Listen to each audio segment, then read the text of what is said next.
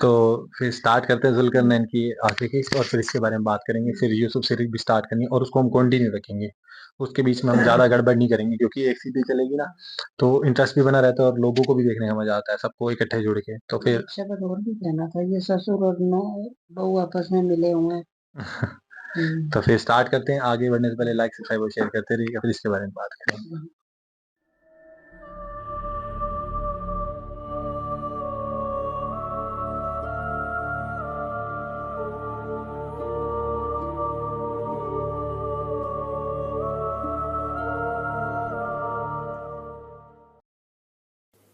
بسم اللہ الرحمن الرحیم. السلام علیکم. آج کی یہ قسط شاید عید کے بالکل آخری دن ریلیز ہو اور آج رمضان کی بالکل آخری رات.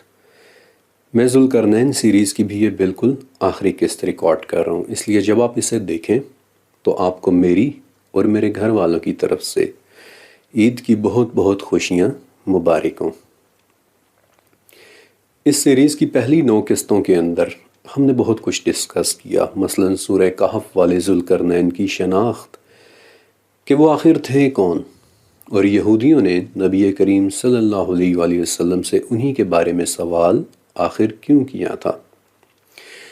تاریخ میں ہمیں ان کا کہیں کوئی ذکر کیوں نہیں ملتا, اور ہم نے پھر وہ تاریخ بھی دیکھی جہاں نام لیے بغیر جگہ جگہ ذوالقرنین کا ذکر ملتا ہے.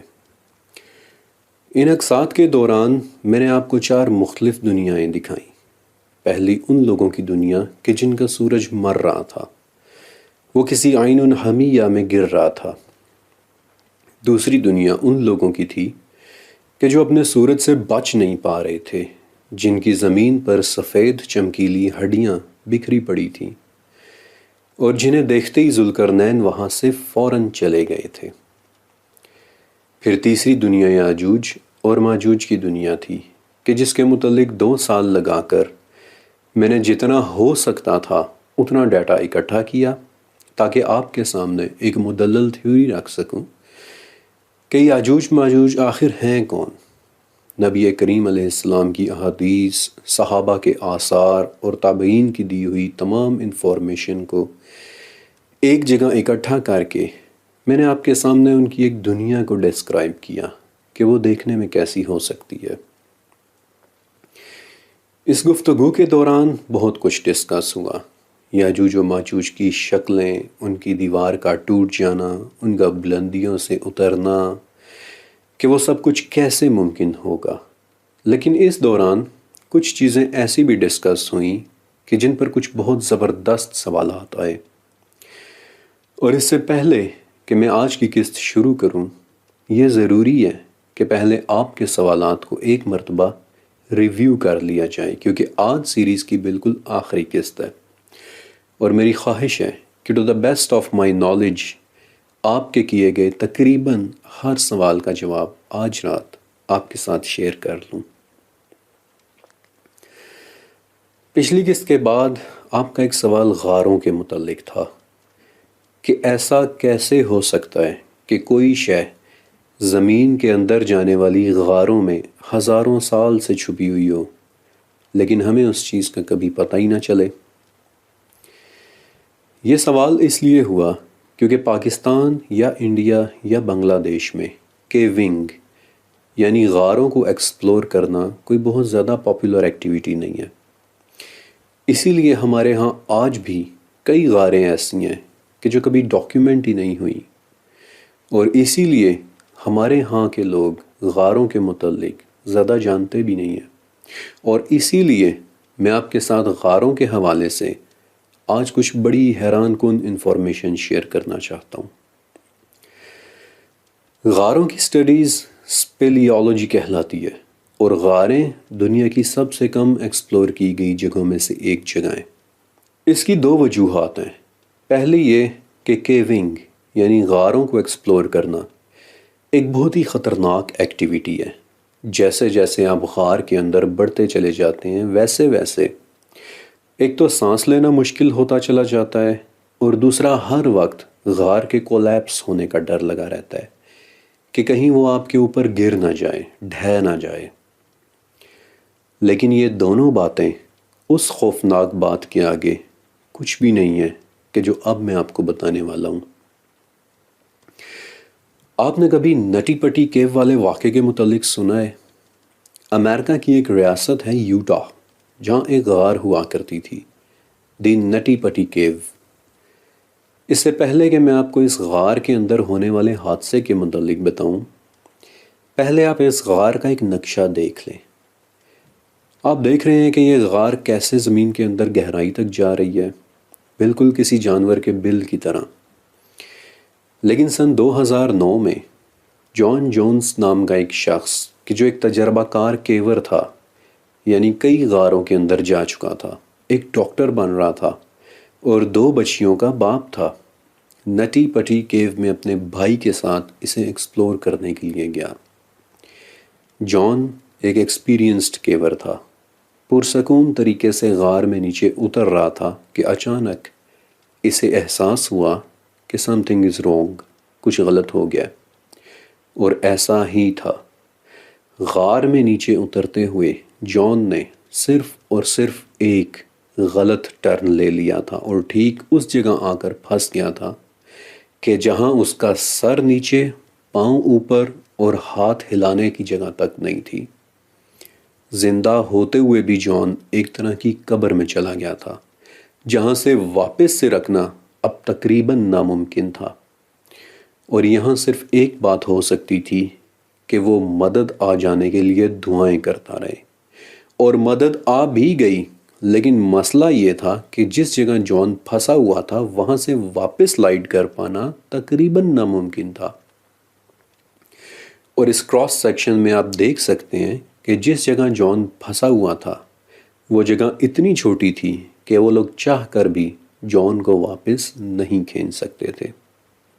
19 گھنٹے تک وہ لوگ جان کو غار سے واپس باہر نکالنے کی، کھینچنے کی کوششیں کرتے رہے، لیکن آہستہ آہستہ جان کی سانسیں مدھم ہوتی چلی گئیں، اور پھر ایک وقت ایسا آیا کہ دوبارہ جان کی آواز کسی نے نہیں سنی۔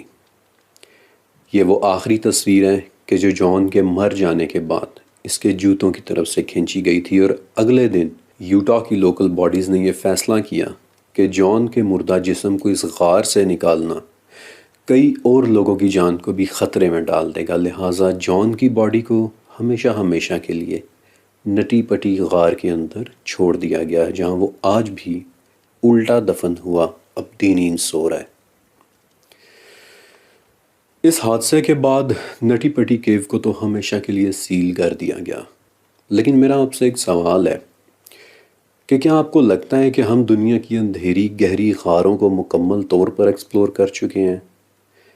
کیا آپ کو لگتا ہے کہ جان جیسے واقعے کے بعد لوگ غاروں کے اندر خوشی خوشی گھومنے کے لیے جاتے ہوں گے؟ ہم غاروں کے متعلق جانتے ہی کیا ہیں؟ ہم اس دنیا کی گہرائی میں گئے ہی کہاں ہیں؟ پاکستان سے نکلیں اور روس کی طرف جائیں۔ جب آپ اس حصے میں پہنچ جائیں گے کہ جو کولا پیننسولا کہلاتا ہے، تو آپ کو یہاں 9 انچ سائز کا ایک سوراخ ملے گا کہ جو دیکھنے میں بالکل عام سا ایک سوراخ ہے، ایسے کہ جیسے ویلڈنگ ہوا ہوا کوئی ڈھکن ہو، لیکن اس ڈھکن کے نیچے بنا سوراخ زمین کے اندر 12.25 کلومیٹر کی گہرائی تک جا رہا ہے۔ 27 سال کی محنت اور دن رات ڈرلنگ کرنے کے بعد بھی سوویت یونین کے سائنسدان زمین میں صرف 12.25 کلومیٹر کی بورنگ ہی کر سکے، کہ جس کے بعد پھر ان کی مشینری جواب دینا شروع ہو گئی، ٹوٹنا شروع ہو گئی، پگھلنا شروع ہو گئی۔ آئے روز نت نئے ڈرلنگ بلیڈز منگوانے پڑتے، حتیٰ کہ ایک وقت آیا کہ رشین حکومت نے مزید اس ڈرلنگ پروجیکٹ کو جاری رکھنے سے ہی انکار کر دیا اور کہہ دیا کہ زمین کی گہرائیاں ہماری پہنچ سے باہر ہیں۔ یہ سوراخ ہمارے زمین کے اندر جانے کی ناکام کوشش کا ایک جیتا جاگتا ثبوت ہے۔ آج تک اس ڈرلنگ پروجیکٹ یعنی کولا سپر ڈیپ بورنگ سے زیادہ اگر انسان نے کوئی کھدائی کی ہے تو وہ سمندر کے اندر الشاہین آئل فیلڈز قطر نے کی ہے، تقریباً 13 کلومیٹر، لیکن ونس اگین صرف چند انچ چوڑی ایک بورنگ جس نے بمشکل زمین کی سطح کو سکریچ کیا ہے۔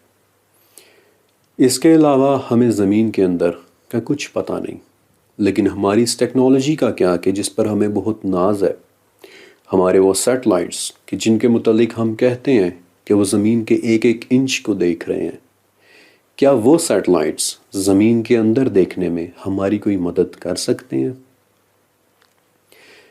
اوکے، ایک سوال کہ اس وقت ہمارے پاس زمین پر دیکھنے والی سب سے طاقتور ٹیکنالوجی کون سی ہے؟ تو اس کا جواب ہے KH-11 کینن، امریکہ کا بنایا ہوا ایک انٹیلیجنس سیٹلائٹ کہ جو 200 میل کی بلندی سے بھی 3.9 انچ ریزولوشن کی تصویر تک کھینچ سکتا ہے۔ میں نے بہت کوشش کی کہ سیٹلائٹ کے ڈیزائن کو آپ کے لیے اسٹڈی کر سکوں کہ یہ کس قدر پاورفل ہے، لیکن امریکہ نے اس سیٹلائٹ کا ڈیزائن مکمل طور پر کلاسیفائڈ رکھا ہوا ہے۔ مجھے اس کے ڈیزائن کو دیکھنے کی ایکسیس نہیں مل سکی۔ ہاں، اگر ملی تو صرف کچھ امیجز کہ جو اس سیٹلائٹ نے کھینچی تھیں، مثلا 97 میں لی گئی سوویت یونین کی کچھ انٹیلیجنس تصاویر، یا پھر 98 میں لی گئی افغانستان اور سوڈان کی کچھ خفیہ تصاویر، اور 2019 کی ایک تصویر کہ جو اس سیٹلائٹ نے چھپ کر ایران کی ایک خفیہ راکٹ لانچ فیلڈ کی لی تھی۔ اور اسپیشلی اس آخری تصویر میں آپ اس سیٹلائٹ کے پاورفل کیمراز کا اندازہ کر سکتے ہیں کہ کیسے اس نے 200 میل کی بلندی سے بھی راکٹ اور لانچ سٹینڈ سے اٹھتے ہوئے دھوئیں کو بھی کیپچر کر لیا، یہاں تک کہ آپ کو لانچ پیڈ پر لکھے فارسی الفاظ محصول ملی اور اقتدار ملی بھی نظر آ رہے ہوں گے، یعنی نیشنل پروڈکٹ اور نیشنل پرائیڈ۔ لیکن دیٹس اٹ، یہ تمام تصاویر ابو دی گراؤنڈ تصاویر ہیں، یعنی زمین کی سطح کے اوپر کی تصویریں۔ کوئی انٹیلیجنس سیٹلائٹ بھی یہ نہیں دیکھ سکتا کہ زمین کے اندر کیا چھپا ہوا ہے۔ لیکن ایک ٹیکنالوجی اور بھی ہے کہ جس کے متعلق کوئی یہ کہہ سکتا ہے کہ وہ زمین کے اندر ایکسپلور کر سکتی ہے، اور وہ ٹیکنالوجی ہے گراؤنڈ پینیٹریٹنگ ریڈار۔ لیکن یہ ٹیکنالوجی بھی زمین کے اندر صرف اور صرف 1.3 کلومیٹرز تک ہی دیکھ سکتی ہے، اور وہ بھی اس کا میکسیمم ریکارڈ ہے، کیونکہ جہاں زمین کے اندر چٹانیں شروع ہوئیں وہاں یہ ٹیکنالوجی کام کرنا چھوڑ دیتی ہے۔ ہم زمین کے اندر کی چیزوں کے متعلق ورچولی کچھ بھی نہیں جانتے، اور صرف ایک اور بات بتا کر میں آج کی قسط کا باقاعدہ آغاز کروں گا کہ زمین کی گہری غاروں کے اندر رہنے والی زندگی ٹراگلوبائٹس کہلاتی ہے، یعنی کہ وہ جاندار کہ جو صرف اور صرف غاروں کے اندر ہوتے ہیں۔ ٹراگلوبائٹس کے جلد میں رنگ نہیں ہوتے، بلکہ ان کی سکن ٹون یلوئش گرے قسم کی ہوتی ہے۔ اگر وہ جاندار غاروں کے بالکل شروع کے حصے میں رہ رہے ہوں تو ان کی آنکھیں بڑی بڑی ہوں گی تاکہ وہ کم روشنی میں بھی دیکھ سکیں، لیکن اگر وہ غاروں کے گہرے حصوں میں رہ رہے ہوئے تو ان کی آنکھیں یا تو ہوں گی نہیں یا پھر بالکل چھوٹی چھوٹی سی ہوں گی، کیونکہ انہیں اپنی آنکھوں کو استعمال کرنے کی کوئی ضرورت پڑے گی ہی نہیں۔ لیکن ایک بات کہ جو جاننا سب سے زیادہ ضروری ہے وہ یہ کہ غار میں رہنے والے جانداروں کی بعض سینسز باقی جانداروں کی نسبت کہیں زیادہ حساس ہو جاتی ہیں۔ مثلا غار میں ہونے والی ہلکی سی وائبریشن یا ہلکی سی آواز کو بھی پہچان لینا، ان میں سن لینے یا محسوس کر لینے کی صلاحیت بے حد طاقتور ہوتی ہے، اور بہت ممکن ہے کہ جب آپ غاروں میں انہیں ڈھونڈنے کے لیے جائیں تو وہ گھنٹوں پہلے ہی آپ کو سن کر، آپ کو محسوس کر کے وہاں سے غائب ہو کر مزید گہری غاروں میں چلے گئے ہوں، اور آپ انہیں ڈھونڈتے ہی رہ جائیں اور آپ کو لگے کہ شاید ان غاروں میں کوئی رہتا ہی نہیں ہے۔ ہماری زمین کے اندر ہزاروں کلومیٹر پر پھیلی بہت بڑی بڑی غاریں ہیں جن کے متعلق ہم تقریباً کچھ بھی نہیں جانتے، اور کون جانے کہ ان غاروں میں کون کون رہ رہا ہے۔ لیکن کافی باتیں ہو گئیں، اور چونکہ آج سیریز کی آخری قسط ہے اور آپ کو بہت کچھ بتانا ابھی باقی ہے، اس لیے اللہ کا نام لے کر شروع کرتے ہیں آج کی قسط۔ اور آج میں آپ کو بتاؤں گا اس پوائنٹ سے آگے کہ جب یاجوج و ماجوج کی دیوار نے اللہ کے حکم سے ٹوٹ کر انہیں ہماری دنیا میں ریلیز کر دینا ہے۔ یاجوج ماجوج کا نکلنا قیامت کی 10 بڑی نشانیوں میں سے ایک ہے۔ یہ نشانیاں صحیح مسلم میں بھی ہیں اور جامع ترمذی میں بھی، کہ قیامت تب تک نہیں آئے گی جب تک کہ تم 10 نشانیاں نہ دیکھ لو، اور ان نشانیوں میں شامل ہے ایک دھوئیں کا نکلنا، دجال کا خروج ہونا، حضرت عیسیٰ علیہ السلام کا نزول ہونا، یاجوج اور ماجوج کا آزاد ہونا، زمین کا 3 مرتبہ دھسنا، ایک مرتبہ مشرق میں، ایک مرتبہ مغرب میں، اور پھر ایک مرتبہ جزیرۃ العرب میں۔ اس کے بعد سورج کا مغرب سے نکلنا، اور اس کے ساتھ ہی زمین سے ایک ایسے جانور کا نکلنا کہ جو انسانوں کے ساتھ باتیں کرے گا۔ آپ کو یاد ہے کہ حیرت کے دروازے سیریز کے اندر ہم نے سورج کے مغرب سے اور اس جانور کے زمین سے نکلنے کو کتنی ڈیٹیلز کے ساتھ سٹڈی کیا تھا۔ پھر اس کے بعد عدن سے ایک آگ نکلے گی کہ جو لوگوں کو ہانک کر حشر کے میدان کی طرف لے جائے گی۔ وہ آگ ان کے پیچھے پیچھے چلے گی، اور جہاں وہ لوگ ٹھہریں گے وہ آگ بھی وہیں ان کے ساتھ ٹھہر جائے گی۔ اب پچھلی قسطوں کے دوران ہم نے دیکھا کہ کیسے یاجوج و ماجوج روزانہ اپنی دیوار کو توڑنے کی کوششیں کر رہے ہیں، لیکن ہر روز وہ دیوار بالکل پہلے کی طرح ہو جاتی ہے۔ لیکن جس دن اللہ کے حکم سے اس دیوار نے ٹوٹنا ہوگا تو اس وقت ان کے بڑے، ان کے ماسٹر کے منہ سے نکلے گا کہ چلو باقی دیوار اب انشاءاللہ کل توڑیں گے۔ اب انشاءاللہ والی یہ بات حدیث کی کتب جامع ترمذی میں بھی لکھی ہوئی ہے، سنن ابن ماجہ میں بھی، اور مسند احمد میں بھی۔ عموماً اس بات کو اتنی اہمیت دی نہیں جاتی، اسے اتنا ڈسکس کیا نہیں جاتا، لیکن یہ ایک بہت اہم سوال ہے کہ انہیں انشاءاللہ کے الفاظ کا کیسے پتہ چلے گا۔ اس بات کی اصل حقیقت تو صرف میرا رب جانتا ہے، لیکن ایک انڈرسٹینڈنگ یہ ہو سکتی ہے کہ یاجوج و ماجوج واقعتاً کسی زمانے کے انسان ہی تھے۔ یہ لوگ واقعتاً حضرت نوح علیہ السلام کے بیٹے یافس کی اولاد میں سے تھے، کہ جو کسی زمانے میں دین کے کانسیپٹ سے واقف تھے، کسی زمانے میں اللہ کے نام سے واقف تھے، کہ جو ان گہری غاروں میں چلے جانے سے پہلے اس بات سے واقف تھے کہ اللہ کے نام کا کوئی رب بھی ہے۔ اور جیسے جیسے وہ لوگ اپنی بیماری میں، اپنی ڈیفارمیشن میں بدصورت ہوتے چلے گئے، ویسے ویسے وہ لوگ اللہ اور اس کے دین کو بھی بھولتے چلے گئے، اور کہ جو اچانک ان کے منہوں پر اللہ کے حکم سے تب آئے گا کہ جب اللہ کے وعدے نے پورا ہونا ہوگا۔ اچانک سے ان کے منہوں پر ایک بھولے ہوئے دین اور ایک بھولے ہوئے رب کا نام آ جائے گا۔ لیکن یہ صرف ایک انڈرسٹینڈنگ ہے، اور حقیقت صرف ہمارا رب جانتا ہے۔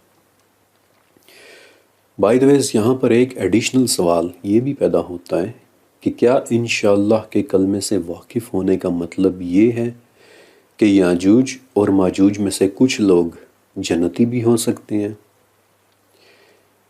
یہ سوال پچھلی قسط میں بھی کچھ ویورز نے کیا تھا، اور سچ کہوں تو یہ ریلمز، یہ دنیائیں کہ جو ہماری نگاہوں سے ڈھکی ہوئی ہیں، چھپی ہوئی ہیں، ہم ان کے متعلق صرف ایک حد تک اندازہ لگا سکتے ہیں، لیکن کبھی بھی 100% شور ہو کر کوئی بھی بات نہیں کہہ سکتے، کیونکہ کسی کی جنت اور دوزخ کا فیصلہ کرنا یہ ہمارے ذہنوں سے بہت آگے کی باتیں ہیں۔ میں آپ کو مثال سے سمجھانے کی کوشش کرتا ہوں۔ مسند احمد میں ایک حدیث ہے کہ جب جنت اور جہنم کے فیصلے کر دیے جائیں گے، جہنم والے جہنم میں اور جنت والے جنت میں داخل کر دیے جائیں گے، تو بھی جنت میں کچھ جگہ خالی بچ جائے گی، اور حدیث کے الفاظ ہیں کہ اس خالی جگہ کو بھرنے کے لیے اللہ تعالیٰ ایک نئی مخلوق پیدا کر کے اسے جنت کے خالی حصوں میں ٹھہرائے گا۔ اب سوال تو یہ بھی پیدا ہوتا ہے کہ کیا وہ نئی مخلوق انسان ہوگی؟ I don't know، کوئی بھی نہیں جانتا، we can only imagine۔ لیکن دل کی ایک بات کہوں کہ اس نئی مخلوق کو امیجن کرنے کے بعد میری آنکھوں کے سامنے اس وقت ایک بہت خوبصورت منظر کریٹ ہو رہا ہے، لیکن وہ سب پھر کبھی فی الوقت واپس آتے ہیں یاجوج اور ماجوج کی طرف۔ اب ایک بات تو طے ہے کہ ایک مرتبہ وہ لوگ اپنی دیوار میں ایک چھوٹا سا شگاف ڈال بھی چکے ہیں، اور یہ بات ہمیں صحیح بخاری میں لکھی ایک حدیث سے پتہ چلتی ہے کہ ایک دن نبی کریم صلی اللہ علیہ وآلہ وسلم اچانک نیند سے بیدار ہوئے، اور حضرت زینب رضی اللہ تعالیٰ عنہا کہتی ہیں کہ آپ واضح طور پر گھبرائے ہوئے نظر آ رہے تھے، اور سنبھلنے پر آپ نے فرمایا کہ تباہی ہے عربوں کے لیے اس فتنے سے کہ جو قریب آ گیا۔ آج یاجوج اور ماجوج نے دیوار میں اتنا سوراخ کر لیا ہے، اور زینب کہتی ہیں کہ پھر آپ نے اپنی انگلیوں کے ساتھ ایک حلقہ بنا کر دکھایا بھی۔ اب ایک بات ہے کہ اس حدیث کو بنیاد بنا کر کچھ تھیورسٹس یہ کہتے ہیں کہ آپ صلی اللہ علیہ وسلم کے اس خواب کا یہ مطلب ہے کہ یہ دیوار در حقیقت ٹوٹ چکی ہے، اور یاجوج و ماجوج نبی کریم صلی اللہ علیہ وسلم کے زمانے میں ہی نکل آئے ہیں، اور پھر اپنے اس مفروضے کے اوپر وہ آگے چل کر پوری ایک عمارت تعمیر کرتے ہیں کہ دراصل یاجوج و ماجوج یہودی اور نصرانی ہیں۔ لیکن ریسرچ اس طرح نہیں ہوتی، آپ کو باقی احادیث کو بھی دیکھنا ہوتا ہے کہ وہ کیا کہہ رہی ہیں۔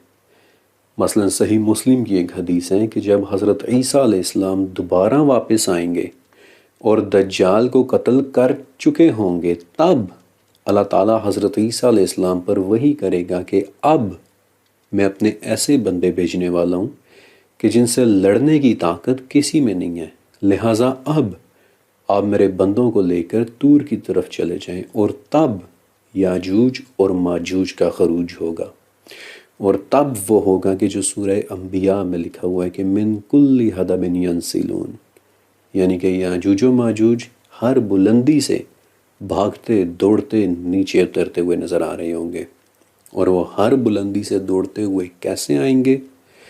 یہ سوال ہم پچھلی قسط میں بہت ڈیٹیل کے ساتھ ڈسکس کر چکے ہیں۔ اب ایک بہت اہم سوال کہ یاجوج اور ماجوج کے نکلنے کے بعد پھر کیا ہوگا؟ یہ جاننے کے لیے اور اسے آپ تک پہنچانے کے لیے میں نے صحیح مسلم، جامع ترمذی، سنن ابن ماجہ اور مشکات شریف کی کئی احادیث کو بغور اور بہت تفصیل کے ساتھ اسٹڈی کیا، اور بڑی ہی محنت کے ساتھ ان تمام احادیث کا ایک خلاصہ تیار کیا ہے کہ جسے اب میں آپ کے ساتھ شیئر کرنے والا ہوں۔ دلچسپ بات یہ ہے کہ اس خلاصے میں نہ تو کوئی تھیوری ہے اور نہ ہی کوئی ازمپشن، بلکہ صرف اور صرف مختلف صحیح احادیث سے اکٹھا کیا گیا ڈیٹا ہے کہ ان کے خروج کے بعد کیا کیا ہوگا۔ نکلنے کے بعد یاجوج و ماجوج جس بھی پانی پر سے گزریں گے اسے وہ پی جائیں گے، جس بھی چیز کے پاس سے گزریں گے اسے وہ تباہ و برباد کر دیں گے۔ ان کے خوف سے، ان کی ہیبت سے انسان اپنے جانوروں کے ساتھ اپنے اپنے شہروں، گھروں اور قلعوں میں فورٹیفائی ہو چکے ہوں گے، بند ہو چکے ہوں گے۔ اس دوران خوراک کی شدید کمی واقع ہو چکی ہوگی، یہاں تک کہ مشکات کی ایک حدیث میں آتا ہے کہ ان دنوں میں بیل کا ایک سر اتنا مہنگا ہو جائے گا کہ جتنا آپ صلی اللہ علیہ وسلم کے زمانے کے 100 دینار ہوا کرتے تھے۔ ایک لمحے کے لیے امیجن کریں کہ اس وقت ہماری دنیا کا کیا حال ہوگا۔ سڑکوں اور شہروں میں ویرانی چھا چکی ہوگی، دھول، مٹی اور خاک اڑ رہی ہوگی، انسان غائب ہو چکے ہوں گے، اور اگر کوئی آواز آ بھی رہی ہوئی تو وہ یاجوج و ماجوج کے ہنسنے، چیخنے اور چلانے کی آواز ہوگی۔ یہ سب سن کر کے آپ کو ایسا نہیں لگ رہا کہ جیسے کسی فلم کا کوئی منظر ہو؟ اور اس سے پہلے کہ میں مزید آگے بڑھوں، یہاں ایک بات اور بھی ہے کہ جو آج میں کلیئر کر دینا چاہتا ہوں تاکہ کسی کو کسی قسم کا کوئی شک نہ رہے، کیونکہ آج اس سیریز کی آخری قسط ہے اور میں چاہتا ہوں کہ ہر چیز کو کھل کر ڈسکس کر لیا جائے۔ دراصل جب یہ باتیں لوگوں کے سامنے بیان کی جائیں تو کچھ لوگ سمجھتے ہیں کہ یہ باتیں فرضی فلموں یا فکشنل موویز سے انسپائرڈ ہوئی ہیں۔ میں نے اکثر لوگوں کو، دوسرے ریسرچرز کو یہ بات کہتے سنا ہے، دیکھا ہے کہ لگتا ہے کہ آپ مارول موویز سے متاثر ہیں، لگتا ہے کہ آپ ڈاکٹر اسٹرینج سے متاثر ہیں۔ آج میں آپ کو اس بات کا بھی جواب دے دیتا ہوں۔ میں ہمیشہ کہتا ہوں کہ بعض اوقات حقیقت کسی بھی فکشن سے زیادہ حیران کن ہوتی ہے، اور اب میں چاہتا ہوں کہ آپ ذرا غور سے سنیں۔ آج کے زمانے میں اور اس وقت کون سی ایسی فلم ہے کہ جو فکشن کیٹیگری میں سب سے زیادہ مشہور سمجھی جاتی ہے؟ شاید آپ سب نے Lord of the Rings film series کا نام سن رکھا ہوگا، کیونکہ اس وقت یہ دنیا میں سب سے زیادہ دیکھی جانے والی فکشن فلمز ہیں، یعنی وہ فلمز کہ جو ایک ماورائی اور تصوراتی قسم کے کانسیپٹ پر بنائی جائیں۔ اگر آپ IMDb کی ویب سائٹ پر جا کر دیکھیں تو اس وقت Lord of the Rings movies number 7، 9 اور 12 پر ٹرینڈ کر رہی ہیں، یعنی دنیا میں سب سے زیادہ پسند کی جا رہی ہیں۔ اگر آپ نے یہ فلم سیریز دیکھی ہوئی ہے تو یقیناً اس وقت آپ نے سوچا ہوگا کہ دیکھو کیسے اس فلم کے کریٹرز نے پوری ایک طلسماتی سی دنیا بنائی ہے، رائٹ؟ لیکن بہت کم لوگ یہ بات جانتے ہیں کہ یہ فلمز دراصل ایک ناول کے اوپر بنی ہوئی ہیں، اور ان کا اصل راز ان ناولز ہی میں پوشیدہ ہے۔ Lord of the Rings series کے ناول لکھنے والے شخص کا نام تھا J.R.R. ٹولکین، جس نے اپنے ناولز میں پوری ایک امیجنری دنیا تخلیق کی کہ جس میں جادوئی قسم کے کریکٹرز ہیں، پریاں، ایلوز، ہابٹس، بونے، گوبلنز اور اوکس وغیرہ۔ لیکن ٹولکین کا بہت سارا کام پبلش ہونے سے پہلے ہی اس کی موت واقع ہو گئی۔ ٹولکین کی موت کے کچھ عرصے بعد اس کے بیٹے کرسٹوفر ٹولکین نے اپنے باپ کی لائبریری میں قدم رکھا، اسے صاف کیا اور دیکھا کہ 63,000 بالکل رینڈم پڑے ہوئے صفحات کہ جن میں سے کچھ کرداروں کے نام مٹ چکے ہیں اور کچھ کے بھی لکھے ہوئے ہیں، کچھ صفحے جو کسی دراز میں رکھے ہوئے ہیں اور کچھ صفحے کہ جو کسی الماری میں رکھے ہوئے ہیں، کچھ صفحے سلامت تھے اور کچھ بالکل پھٹ چکے تھے۔ لیکن کرسٹوفر ٹولکین نے اپنے باپ کی محبت میں اس کی ایک ایک چیز کو آرگنائز کیا، اسے ترتیب دیا اور کئی سالوں کی محنت کے بعد بالآخر اپنے باپ کی کتابوں کو پبلش کروایا، کہ جو بعد میں لارڈ آف دی رنگز اور 12 جلدوں میں لکھی سلماریلون نام کی کتابوں کے ایک سیٹ کی صورت میں شائع ہوئیں۔ یہ کتابیں J.R.R. ٹولکین کی الٹیمیٹ قسم کی ذہانت کا ثبوت ہیں کہ کیسے اس نے ان کتابوں کے اندر پوری ایک زبان انوینٹ کی ہے جسے ایلوش کہتے ہیں، اور ان فلمز کے اندر آپ اس کے کرداروں کو کبھی کبھی یہ زبان بولتے دیکھ بھی سکتے ہیں۔ لیکن دلچسپ بات یہ ہے، اور جسے میں چاہتا ہوں کہ آپ تھوڑا توجہ سے سنیں، کہ یہ تمام کتابیں لکھنے کے لیے ٹولکین کو انسپریشن کس چیز نے دی تھی؟ کہاں سے آئیڈیا لے کر ٹولکین نے اپنی یہ تصوراتی دنیا تخلیق کی تھی؟ غور سے سنیں۔ یہ راز ٹولکین کی کتابوں سلماریلون اور ہسٹری آف دی مڈل ارتھ میں چھپا ہوا ہے، کہ ایک خدا تھا ایرو، اور ایلوش زبان میں ایرو کا مطلب ہوتا ہے واحد، یکتا، اکیلا۔ ایرو نے ہزاروں عالم تخلیق کیے اور ان میں سے ایک عالم کا نام تھا ایا۔ پھر ایرو نے روشنی اور آگ سے مختلف جاندار بنائے، مثلاً والارس اور مایارس۔ پھر ایرو نے سیکنڈ ایج میں کچھ جاندار بنائے، مثلاً انسان کہ جنہیں سوچنے، سمجھنے اور فیصلہ کرنے کی طاقت دے دی۔ پھر اس مائتھولوجی میں ٹولکین نے ایک کردار بنایا مورگوتھ، کہ جو پہلے تو روشنی سے بنے ہوئے جانداروں کے درمیان رہتا تھا، اور تب اس کا نام میلکور تھا، لیکن بعد میں وہ برائی کی طرف پلٹ گیا اور تب اس کا نام مورگوتھ ہو گیا، یعنی برائی کی طرف لوٹنے والا۔ اور پھر مورگوتھ نے دنیا پر قبضے کے لیے اپنا جو سب سے بڑا ہتھیار بھیجا وہ ساورون تھا، جس کی صرف ایک آنکھ تھی۔ اور اگر آپ نے یہ فلم سیریز دیکھی ہے تو آپ یقیناً ساورون کی ایک آنکھ سے بخوبی واقف ہوں گے۔ لیکن آپ کچھ سمجھ رہے ہیں کہ میں آپ کو کیا بتانا چاہ رہا ہوں؟ دنیا کی سب سے زیادہ بزنس کرنے والی فکشنل سیریز، جس نے باکس آفس میں billions and billions of dollars کا بزنس کیا ہے، انہوں نے اپنی انسپریشن کہاں سے لی ہے؟ سچائی سے۔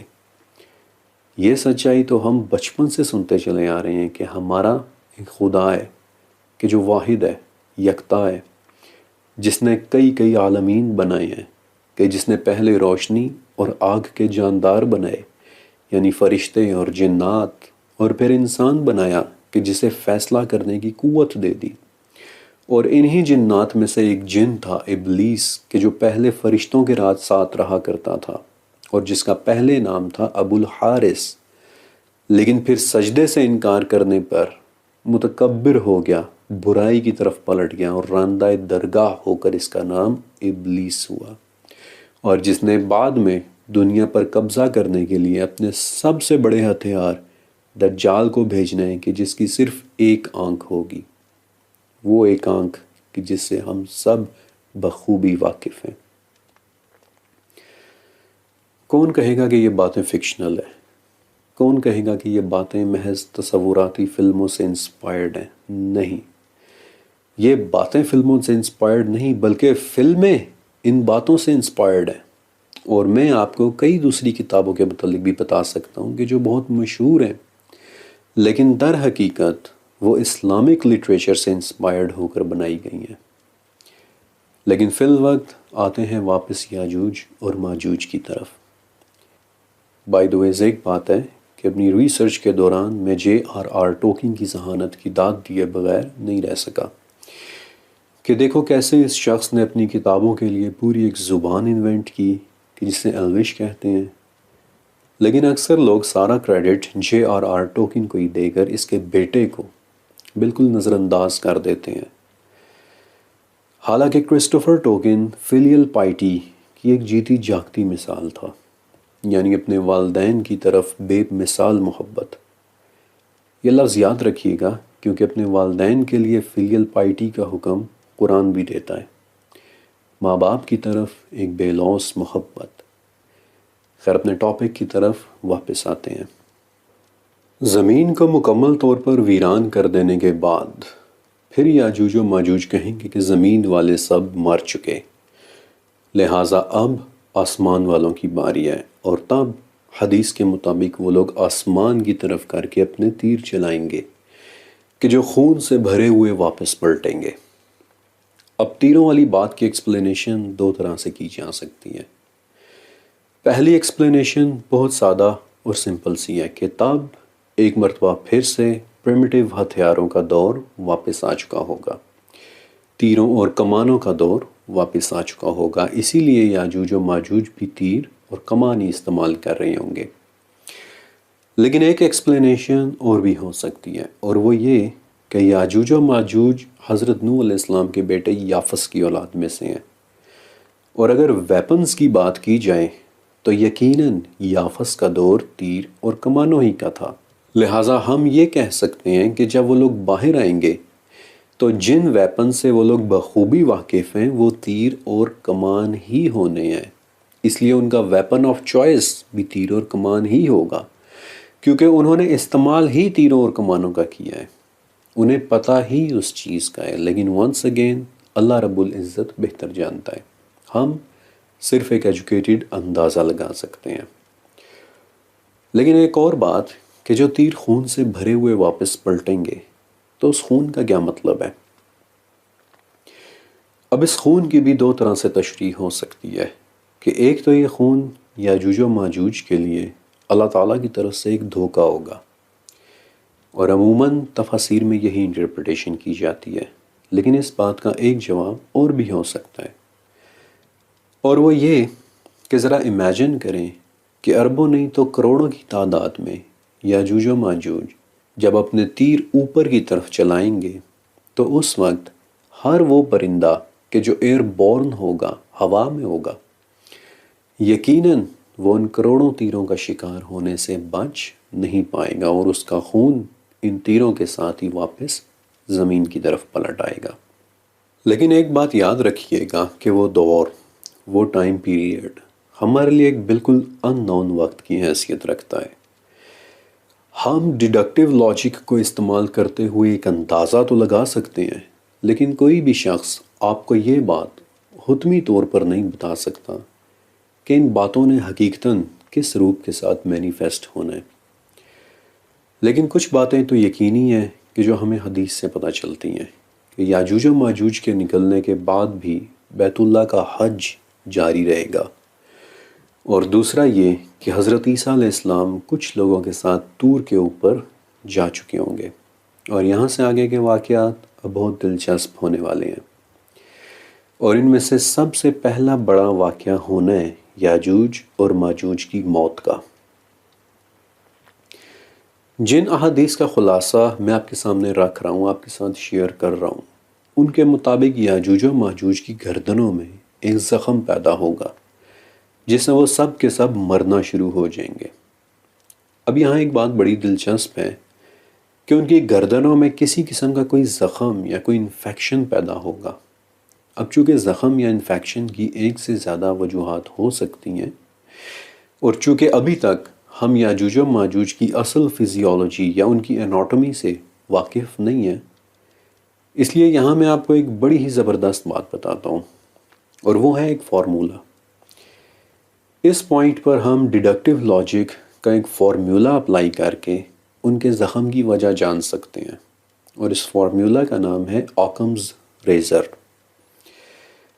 آسان ترین الفاظ میں آکمز ریزر کا مطلب ہوتا ہے کہ جب آپ کے سامنے بے تحاشا وجوہات موجود ہوں، کئی ایکسپلینیشنز موجود ہوں، تو عموماً سب سے سادہ وجہ، سب سے سادہ ایکسپلینیشن ہی اصل وجہ ہوتی ہے، اور یاجوج و ماجوج کے کیس میں جو وجہ سب سے سادہ نظر آتی ہے وہ یہ ہے کہ انہیں ہماری دنیا کا ماحول سوٹ نہیں کر رہا ہوگا۔ ذرا سوچیں کہ ہزاروں سال ان گہری اندھیری غاروں میں رہنے کے بعد، جہاں وہ لوگ ایکسٹریم قسم کی کنڈیشنز میں رہ رہے ہیں، گپ اندھیروں میں، نمی میں، لاکھوں پاؤنڈز پر سکوئر انچ کے پریشر میں، تو یوں لگتا ہے کہ جیسے زمین کے اوپر آنے کے بعد وہ لوگ یہاں کی کنڈیشنز کو، یہاں کے سورج کو، یہاں کی روشنی کو برداشت نہیں کر پا رہے ہوں گے۔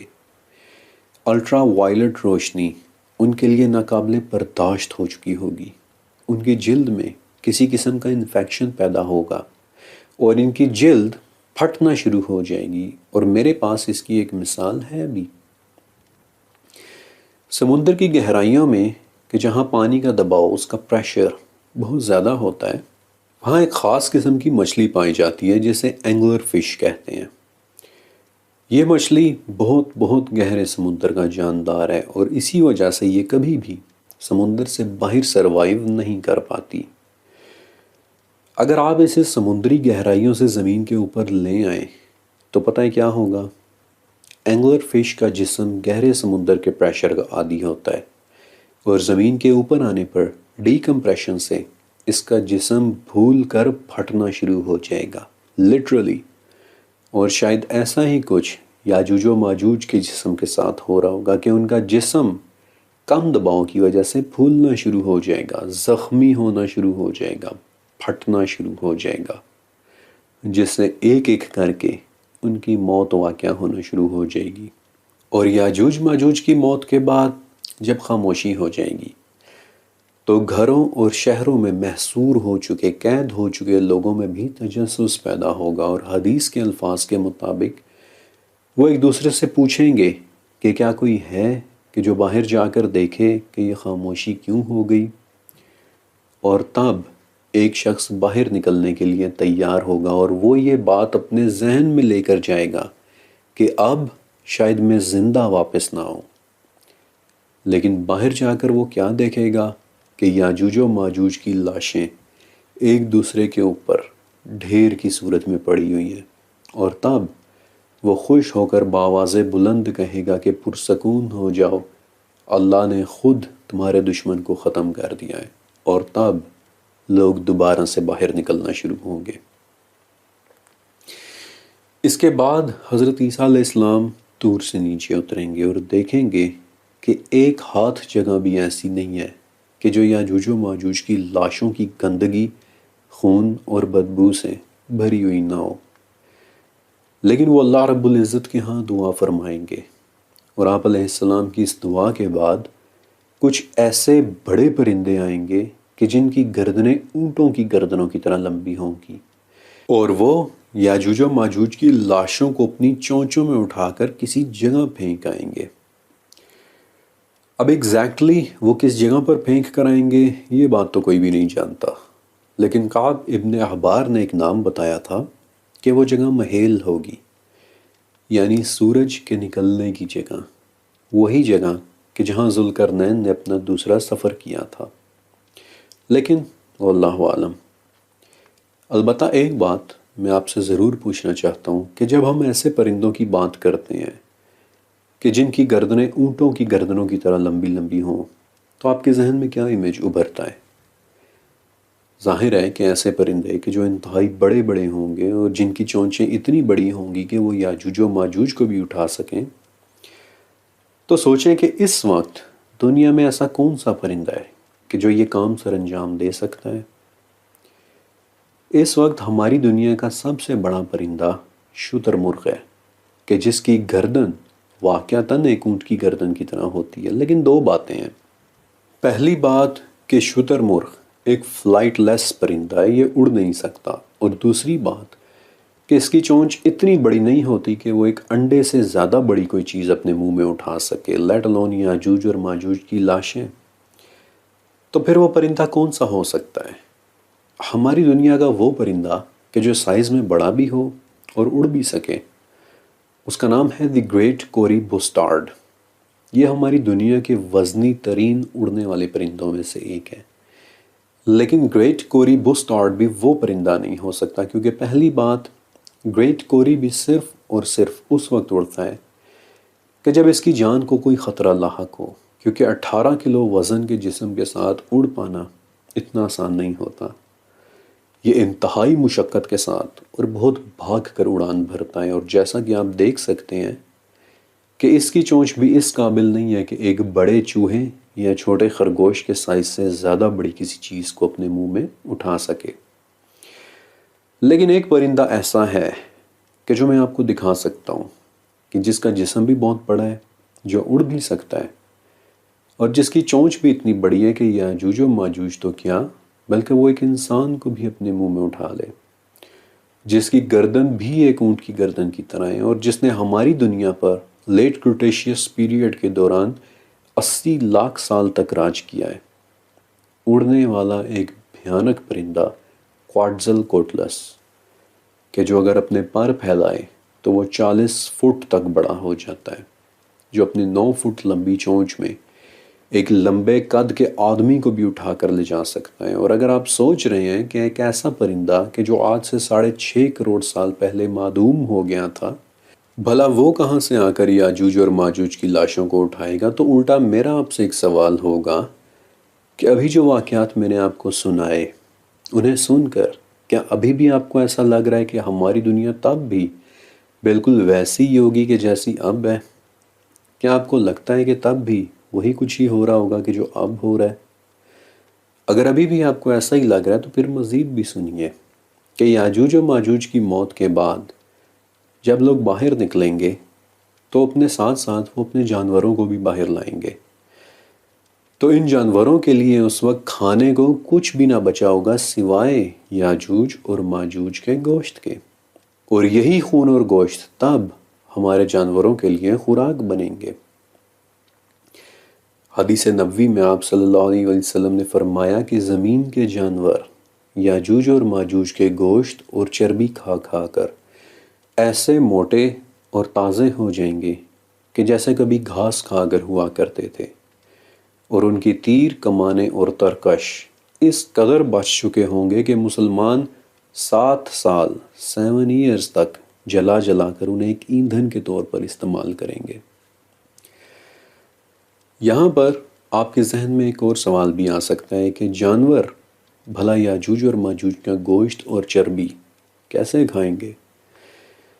جب ہم ان جانوروں کی بات کریں کہ جو انسانوں کے ساتھ گھروں میں محصور اور قید ہوں گے، تو یقیناً وہ شیر چیتے اور بھیڑیے تو ہوں گے نہیں، بلکہ یقیناً گائے، بیل اور بکری جیسے جانور ہوں گے کہ جو گوشت نہیں کھاتے، اور حدیث میں بھی یہی آتا ہے کہ ہمارے جانور ان کے گوشت اور چربی کھا کھا کر ایسے موٹے ہو جائیں گے کہ جیسے گھاس کھا کر ہوا کرتے تھے. تو کنفرم ہو جاتا ہے کہ وہ جانور موسٹلی گھاس کھانے والے بیل، گائے اور بکری قسم کے کوئی جانور ہوں گے.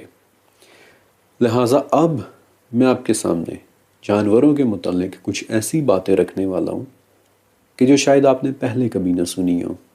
مثلاً ہربیورس یعنی سبزی خور جانوروں کا کارنیورس یعنی گوشت خور بن جانا، یہ کیسے ممکن ہے؟ اسکاٹ لینڈ کا ایک جزیرہ ہے روم آئی لینڈ، جہاں کچھ عرصے پہلے ایک عجیب واقعہ پیش آیا کہ سمندری پرندوں کے چوزوں کی ادھ کھائی ہوئی لاشیں ملنے لگیں.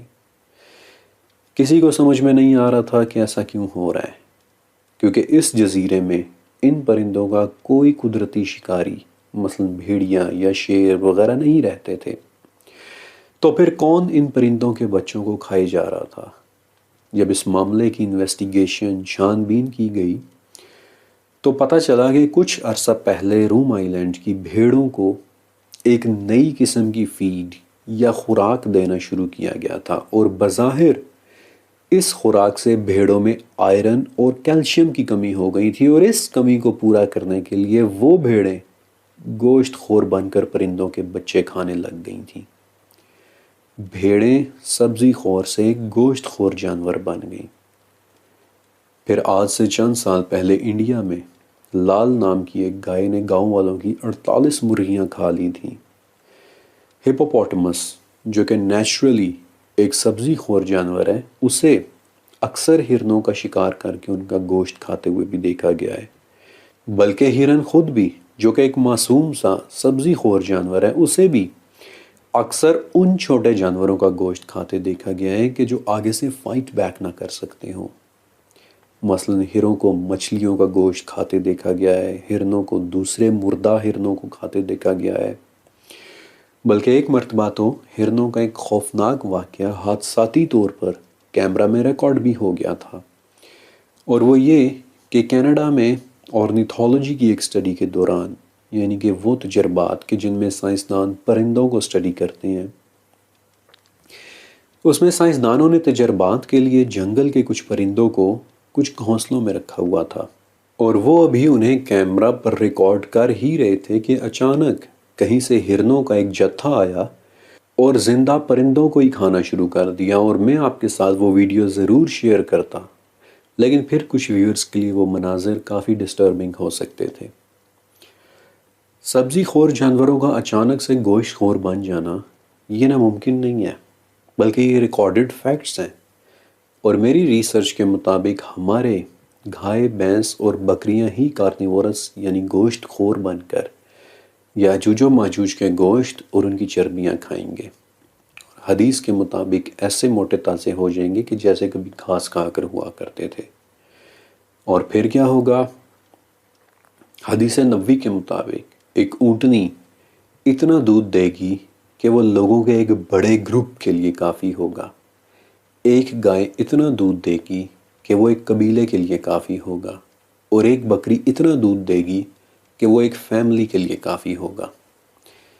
لیکن ایک ایونٹ اور بھی ہوگا، ایک بارش.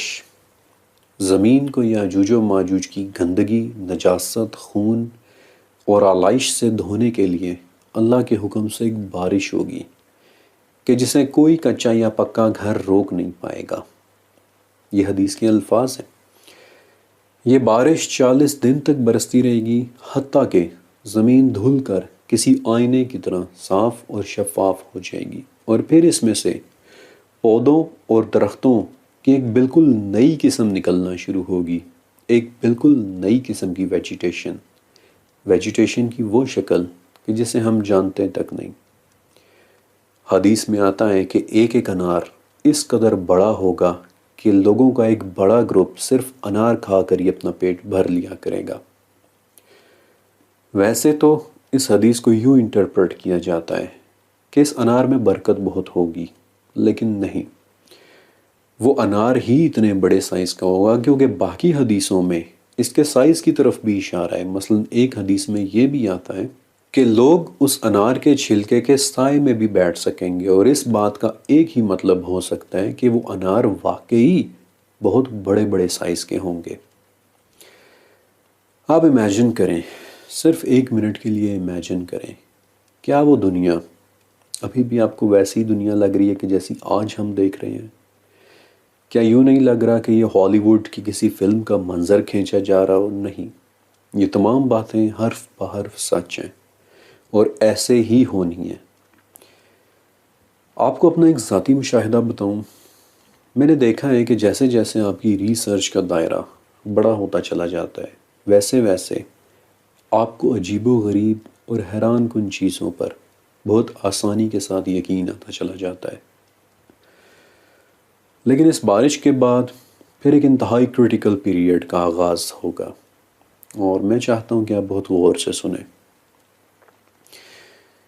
جب بارش یاجوج و ماجوج کی باقیات سے دنیا کو صاف کر دے گی تو حدیث کے مطابق قیامت اتنا قریب آ چکی ہوگی کہ جیسے پورے دنوں کی ایک حاملہ ہو کہ جس کے گھر والوں کو لگتا ہے کہ بچہ بس صبح کو ہوا یا دن کو، شام کو ہوا یا پھر رات کو۔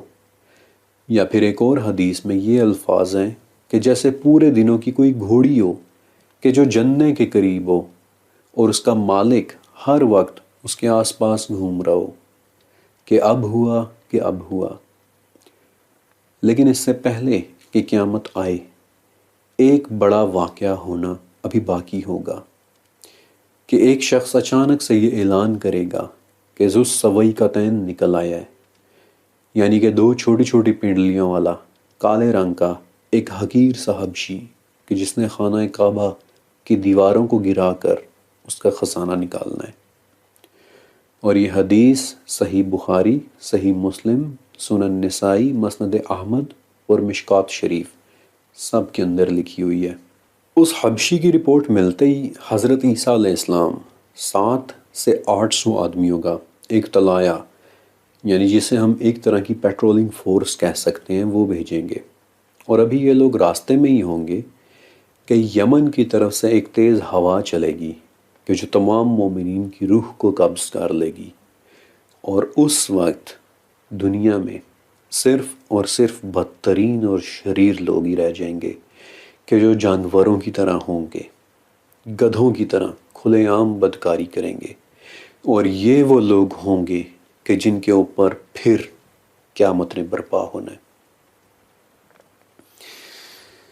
آپ کو پتہ ہے کہ یہ تمام واقعات لکھنا اتنا آسان نہیں تھا۔ انہیں لکھنے کے ساتھ ساتھ میں انہیں امیجن بھی کر رہا تھا اور سوچ رہا تھا کہ آج ہماری دنیا کیسی ہے اور تب ہماری دنیا کیسی ہو چکی ہوگی۔ اگر آج ہمارے سامنے اس دنیا کا ایک منظر آ جائے تو شاید ہم اسے پہچان بھی نہ سکیں کہ یہ ہماری ہی دنیا ہے، بلکہ شاید ہمیں لگنے لگے کہ یہ غالباً کسی اور ہی سیارے کی تصویریں ہیں۔ لمبی لمبی گردنوں والے پرندے، بڑے بڑے اناروں کے چھلکے، لکڑی کے ہتھیاروں کی دنیا، کیا آپ اسے پہچان پائیں گے؟ اس سیریز کی شروعات میں نے آپ سے ایک وعدہ کیا تھا کہ آپ کو ذوالقرنین اور یاجوج و ماجوج کے متعلق وہ تمام انفارمیشن دوں گا کہ جو میں نے 2 سال لگا کر ایک جگہ اکٹھی کی ہے۔ لیکن 2 باتیں ایسی ہیں کہ جو ابھی تک میں نے آپ کے ساتھ شیئر نہیں کی۔ ایک تو ذوالقرنین کی دیوار کی لوکیشن، اور دوسری ذوالقرنین کا چوتھا سفر، وہ سفر کہ جو شاید آپ نے آج سے پہلے کبھی نہ سنا ہو۔ لہٰذا پہلا بڑا سوال، کہاں ہے ذوالقرنین کی وہ مشہور دیوار؟ اور اس سوال کا جواب دینے کے لیے میں آپ کو ایک مرتبہ لے کر چلنا چاہتا ہوں 9ویں صدی کے مصر میں۔ 9ویں صدی عیسوی میں مصر کے گورنر خلیفہ مامون کو ان کے کسی دوست نے یونان سے کچھ قدیم صفحات بھیجے تھے، اینشینٹ ڈاکیومنٹس۔ ان صفحات میں ایک ایسے چور دروازے کے متعلق لکھا تھا کہ جو پیرامڈز آف ایجپٹ یعنی اہرام مصر کی کسی دیوار میں چھپا کر بنایا گیا ہے، اور جو بھی اس چور دروازے کو ڈھونڈ لے گا وہ اہرام کے اندر موجود ایک ایسے کمرے میں پہنچ جائے گا کہ جہاں قدیم نقشے، صدیوں پرانے سٹار چارٹس ایسے آئینے کہ جو لچکدار ہیں، ایسی دھاتیں کہ جو کسی بھی طرف مڑ سکتی ہیں، یہ سب ملے گا۔ خلیفہ پر ان صفحات میں لکھی حیران کن انفارمیشن کا بہت اثر ہوا، اور انہوں نے فیصلہ کیا کہ وہ پیرامڈس آف ایجپٹ کا راز جان کر ہی رہیں گے، چاہے انہیں پورے کے پورے اہرام کو توڑوانا ہی کیوں نہ پڑے۔ لہٰذا بڑے بڑے ہتھوڑے دے کر کئی سو مزدوروں کو اہرام مصر تک پہنچا دیا گیا۔ مزدوروں نے اہرام مصر توڑنا شروع کیے، لیکن کئی ماہ گزر جانے کے بعد بھی انہیں چور دروازہ نہ مل سکا، یہاں تک کہ ڈیسپریٹ ہو کر انہوں نے ایک ترکیب سوچی۔ ٹنوں کے حساب سے لکڑیاں اکٹھی کر کے انہوں نے اہرام کی بیس پر پڑے بڑے بڑے بلاکس پر انہیں رکھ دیا اور ان میں آگ لگا دی۔ جب یہ بلاکس آگ کی حدت سے گرم ہونا شروع ہوئے تو انہوں نے اچانک ان پر ٹھنڈے سرکے کے بڑے بڑے ڈرمز الٹ دیے، جس سے اہرام کے پتھر فوراً سے تڑک گئے اور بالآخر مزدوروں کو وہ چور دروازہ مل ہی گیا، اور یوں وہ لوگ اہرام مصر کے اندر داخل ہو ہی گئے۔ لیکن سامنے ایک عجیب مسئلہ کھڑا ہو گیا کہ ہر 4 فٹ کے بعد ان لوگوں کے سامنے ٹنوں وزنی ایک دیوار آ جاتی۔ وہ پھر اس دیوار کو توڑتے، آگے پھر ایک سرنگ نکل آتی جس کے آخر میں پہلے سے زیادہ وزنی چٹان رکھی ہوتی۔ وہ پھر اسے توڑتے اور آگے پھر کوئی نہ کوئی رکاوٹ مل جاتی، اور اس طرح مایوس ہو کر، تھک ہار کر، خلیفہ نے بالآخر اپنا یہ ایکسپیڈیشن ٹرمینیٹ کر دیا، ختم کر دیا۔ اور آج آپ اہرام مصر کا جو ٹوٹا ہوا حصہ دیکھ رہے ہیں وہ دراصل اسی واقعے کی ایک یادگار ہے۔ لیکن یہ کہانی سنانے کے بعد میرا آپ سے ایک سوال ہے کہ ذرا امیجن کریں کہ اگر کسی کو ذوالقرنین کی بنائی ہوئی اس دیوار کا علم ہو جائے کہ وہ کہاں پر ہے، تو آپ کو کیا لگتا ہے کہ آرکیولوجسٹ، ریسرچرز اور مختلف قسم کے محققین اسے اکیلا چھوڑ دیں گے؟ کبھی بھی نہیں۔ جہاں انسانوں نے قدیم کتابوں اور سٹار چارٹس کے حصول کے لیے پیرامڈس آف ایجپٹ کو توڑ ڈالنے کی کوشش کی، وہاں کیا لوگ ذوالقرنین کی بنائی ہوئی دیوار کو اکیلا چھوڑ دیں گے؟ اگر یہ دیوار مل جائے تو اس کے پرے کیا ہے، یہ جاننے کے لیے لوگ بے دریغ ہتھیاروں کا استعمال کریں گے، اور طاقت کا بھی۔ اسے توڑنے اور کھولنے کی کوششیں کریں گے، اور شاید اسے بم سے اڑانے کی بھی۔ جو سلوک اہرام مصر کے ساتھ ہوا تھا وہی سلوک ذوالقرنین کی دیوار کے ساتھ بھی ہوگا۔ فرق صرف یہ ہے کہ اہرام مصر کے توڑنے پر اہرام نے تو ہمیں کوئی نقصان نہیں پہنچایا تھا، لیکن دیوار کے پیچھے یاجوج اور ماجوج قید ہیں، اور اگر یہ دیوار ٹوٹ گئی تو پھر بچنا انسانوں نے بھی نہیں ہے۔ اس لیے کچھ چیزیں پوشیدہ ہی رکھی جائیں تو بہتر رہتا ہے۔ شاید اسی لیے اللہ تعالیٰ نے اس دیوار کی لوکیشن کو مکمل طور پر خفیہ رکھا ہے، نگاہوں سے ڈھکی ہوئی، چھپی ہوئی۔ اور اب ایک ایسی خوبصورت بات کہ جو میں آپ کو اس سیریز کے بالکل آخر میں سنانا چاہتا تھا، اور وہ ہے ذوالقرنین کا ایک ایسا سفر کہ جو اس دیوار کی لوکیشن کی طرح چھپا ہوا ہے، ڈھکا ہوا ہے۔ ایک ایسا سفر کہ جس کی انٹرپریٹیشن 11ویں صدی کے ایک بہت بڑے مسلم سکالر محمد ابن محمد الطوسی نے کی تھی، کہ جنہیں دنیا امام غزالی رحمۃ اللہ علیہ کے نام سے جانتی ہے۔ اور امام غزالی کی اس انٹرپریٹیشن کو ایک عرب سکالر احمد ابن عجیبہ نے بہت خوبصورتی کے ساتھ دوبارہ لکھا ہے، ری انٹرپریٹ کیا ہے۔ اور یہ انٹرپریٹیشن ہے ذوالقرنین کے سفر میں چھپے ہوئے معنی تلاش کرنے کی، ایک خفیہ معنی، ایک روحانی معنی۔ اور اس معنی کو ابن عجیبہ اور امام غزالی نے الثعلبی کے حوالے سے رپورٹ کیا ہے کہ اپنے سفر کے دوران ذوالقرنین ایک ایسی جگہ بھی پہنچے تھے کہ جہاں کے لوگ سچائی کو ہی سب کچھ مانتے تھے۔ وہاں نہ تو کوئی امیر تھا اور نہ ہی کوئی غریب، نہ ہی ان میں کوئی بادشاہ تھا اور نہ ہی کوئی منصف، نہ ان لوگوں کے گھروں پر دروازے لگے ہوئے تھے اور نہ ہی وہ ایک دوسرے کے ساتھ جھگڑا کرتے تھے، نہ وہ لوگ زیادہ ہنستے تھے اور نہ ہی ہماری طرح افسردہ ہوتے تھے۔ ان لوگوں کی عمریں بھی انسانوں کی نسبت کہیں زیادہ لمبی تھی، لیکن پھر بھی ہر وقت وہ اپنی قبریں اپنے گھروں کے پاس تیار رکھتے تھے۔ امام غزالی کہتے ہیں کہ ذوالقرنین انہیں دیکھ کر بہت حیران ہوئے اور ان سے پوچھا کہ میں نے آج تک تم جیسی کوئی قوم نہیں دیکھی، تم مجھے اپنے متعلق بتاؤ کہ تم کون ہو، اور تمہارے گھروں کے سامنے یہ قبریں کیوں بنی ہوئی ہیں؟ انہوں نے جواب دیا، تاکہ ہم اپنی موت کو کبھی نہ بھولیں، تاکہ ہم اپنی زندگی کی خوشیوں میں کبھی گم نہ ہو جائیں۔ ذوالقرنین نے پوچھا کہ تمہارے گھروں پر دروازے کیوں نہیں لگے؟ تو انہوں نے جواب دیا کہ ہمارے درمیان کوئی بددیانت شخص نہیں رہتا، یہاں سب ایک دوسرے پر بھروسہ کرتے ہیں، یہاں سب ایک دوسرے کا خیال رکھتے ہیں۔ ذوالقرنین نے پوچھا کہ تمہارے ہاں کوئی حاکم کیوں نہیں ہے؟ انہوں نے بتایا کہ ہمارے ہاں کسی قسم کی کوئی کشمکش نہیں ہے۔ ذوالقرنین نے پوچھا کہ تمہارے ہاں کوئی امیر کیوں نہیں ہے؟ انہوں نے کہا کہ ہمارے ہاں کوئی دولت کو جمع کر کے نہیں رکھتا۔ ذوالقرنین نے پوچھا کہ تمہارے ہاں کوئی بادشاہ کیوں نہیں ہے؟ انہوں نے جواب دیا کہ ہمارے ہاں کوئی کسی سے برتر نہیں ہے۔ ذوالقرنین نے پوچھا کہ تم لوگ آپس میں جھگڑتے کیوں نہیں؟ انہوں نے جواب دیا کہ ہمارے دل ایک دوسرے کے لیے مطمئن ہیں اور ہمارے تمام معاملات ایک دوسرے کے ساتھ طے پا چکے ہیں۔ ذوالقرنین نے پوچھا کہ تم سب ایک جیسی باتیں کیوں کرتے ہو؟ انہوں نے جواب دیا کہ ہم ایک دوسرے کے ساتھ جھوٹ نہیں بولتے اور نہ ہی ہم ایک دوسرے کے پیچھے کوئی چھپی ہوئی بات کہتے ہیں۔ ذوالقرنین نے پوچھا کہ تم سب کے دل ایک جیسے کیسے ہو گئے؟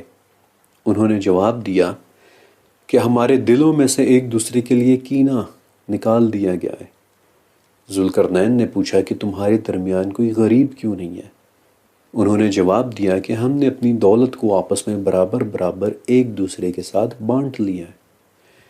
ذوالقرنین نے پوچھا کہ تمہارے درمیان سبھی مہمان نواز کیسے ہیں؟ انہوں نے جواب دیا کہ ہمارے دلوں کے اندر عجز اور انکساری کو ڈال دیا گیا ہے۔ ذوالقرنین نے پوچھا کہ تمہاری عمریں باقیوں کی نسبت اتنی لمبی کیوں ہیں؟ انہوں نے جواب دیا کہ ہم سچ اور سادگی کے ساتھ جی رہے ہیں۔ ذوالقرنین نے پوچھا کہ تم زیادہ ہنستے کیوں نہیں؟ انہوں نے کہا کہ ہمیں اپنے رب سے معافی مانگنا ہمیشہ یاد رہتا ہے۔ ذوالقرنین نے پوچھا کہ تم لوگ اداس کیوں نہیں ہوتے؟ انہوں نے کہا کہ کیونکہ ہم ہر وقت آنے والی مصیبت کے لیے تیار رہتے ہیں۔ ذوالقرنین نے پوچھا کہ تم باقیوں کی طرح اداس کیوں نہیں ہوتے؟ انہوں نے کہا کہ ہمیں ہر چیز کے متعلق اللہ پر بھروسہ ہے کہ سب کچھ اسی کی طرف سے آتا ہے۔ اس تمام گفتگو کے بعد ذوالقرنین نے کہا کہ مجھے ہر وقت سفر میں رہنے کا حکم ہے، میں کسی ایک جگہ رک نہیں سکتا، لیکن اگر مجھے کسی جگہ ٹھہرنے کی اجازت ہوتی تو میں یقیناً تمہارے درمیان ٹھہرتا۔ ذوالقرنین کا یہ چوتھا سفر ہوا تھا یا نہیں ہم نہیں جانتے، کیونکہ ہم ذوالقرنین کی زندگی کے تمام واقعات کے متعلق علم نہیں رکھتے۔ الکہف 83 میں بھی اللہ تعالیٰ نے یہی بتایا ہے کہ ہم ذوالقرنین کی کچھ باتیں تمہیں بتائیں گے، کچھ باتیں، سب نہیں۔ اس لیے رب ہی جانے کہ ذوالقرنین کا یہ سفر کس دنیا یا کس سیارے پر ہوا تھا جہاں انہوں نے ان لوگوں کو دیکھا ہوگا۔